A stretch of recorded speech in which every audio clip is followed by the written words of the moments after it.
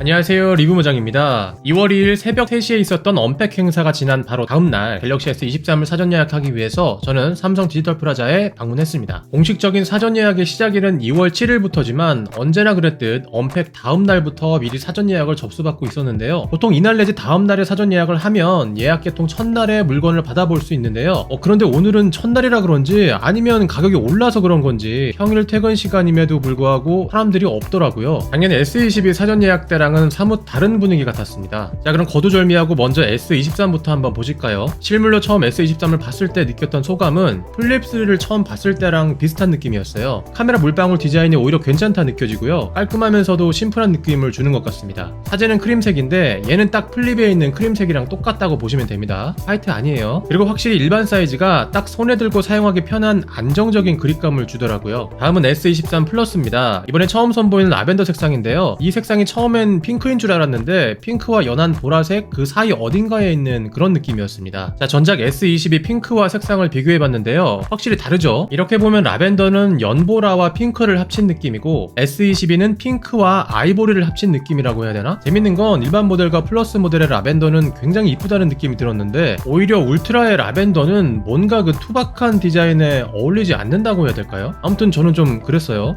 기기 성능 다 제외하고 투박하고 약간 더 무거운 그런 느낌이 싫으신 분들은 이 플러스 모델이 마지노선인 것 같아요. 다음은 마지막 울트라 모델입니다. 얘는 겉보기에는 전작과 별로 달라진 게 없는 것처럼 느껴졌는데요. 막상 잡아보니까 이게 더 쫀쫀하게 잡히는 약간 그런 느낌이 들더라고요. 좀 더 각져져서 그런 건지 그립감이 더 좋아진 느낌입니다. 색상은 그린인데 영상에선 약간 그레이 느낌도 나는 것 같은데 실제로 보면 연한 그린 색상입니다. 개인적으로는 그냥 그랬어요. 세 가지 색상을 봤으니 마지막 블랙도 봐야겠죠? 무광 블랙.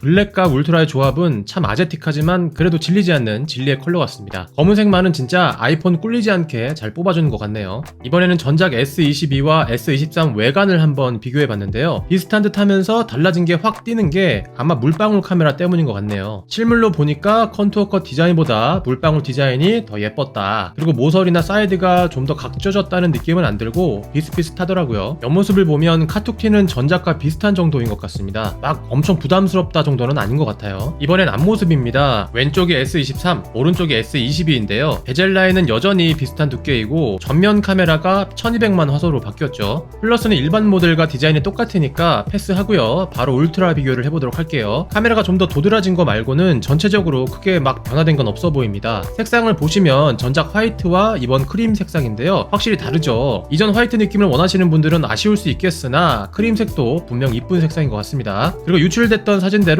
모서리 부분이 좀 더 각지게 변하긴 했네요. 옆모습은 S23 울트라가 미세하게 카툭티가 더 튀어나온 것 같고 그리고 크림색 사이드는 약간 금빛을 띠네요. 다음은 앞모습입니다. 왼쪽이 22 울트라, 오른쪽이 23 울트라인데요. 베젤 같은 경우 이번에 엣지 공률이 더 완만해진 건지 베젤이 살짝 더 두꺼워 보이는 그런 느낌이 좀 있네요. 이번에는 새롭게 바뀐 울트라 카메라 성능 한번 볼까요? 저조도인 환경에서도 밝게 찍힌다는 것을 홍보하기 위해 저렇게 사진 촬영 세트가 구비되어 있었습니다. 그래서 각각 22 울트라와 23 울트라로 사진 촬영을 해봤는데요. 결과물은 이렇게 나왔습니다. 23 울트라가 22 울트라보다 더 밝게 찍히긴 했는데 오히려 22 울트라 쪽이 더 밸런스 있게 찍힌 것 같긴 합니다. 다음은 후면 카메라 인물 사진을 찍어봤습니다. 아무래도 조리개 크기가 달라진 만큼 결과물도 다르겠죠. 결과물은 둘 다 잘 나오긴 했지만 23 울트라가 보케가 기가 막히게 되네요. 그래서 인물이 훨씬 더 입체적으로 보여집니다. 와, 미러리스 카메라로 찍었다고 해도 속겠는데요? 발전이 있긴 있었습니다. 자, 그리고 이번에 손떨방, 즉 슈퍼 스테디 모드가 비약적으로 발전했다고 하는데요. 그럼 슈퍼 스테디 모드를 활성화하지 않고 움직이면 어떻게 될까요?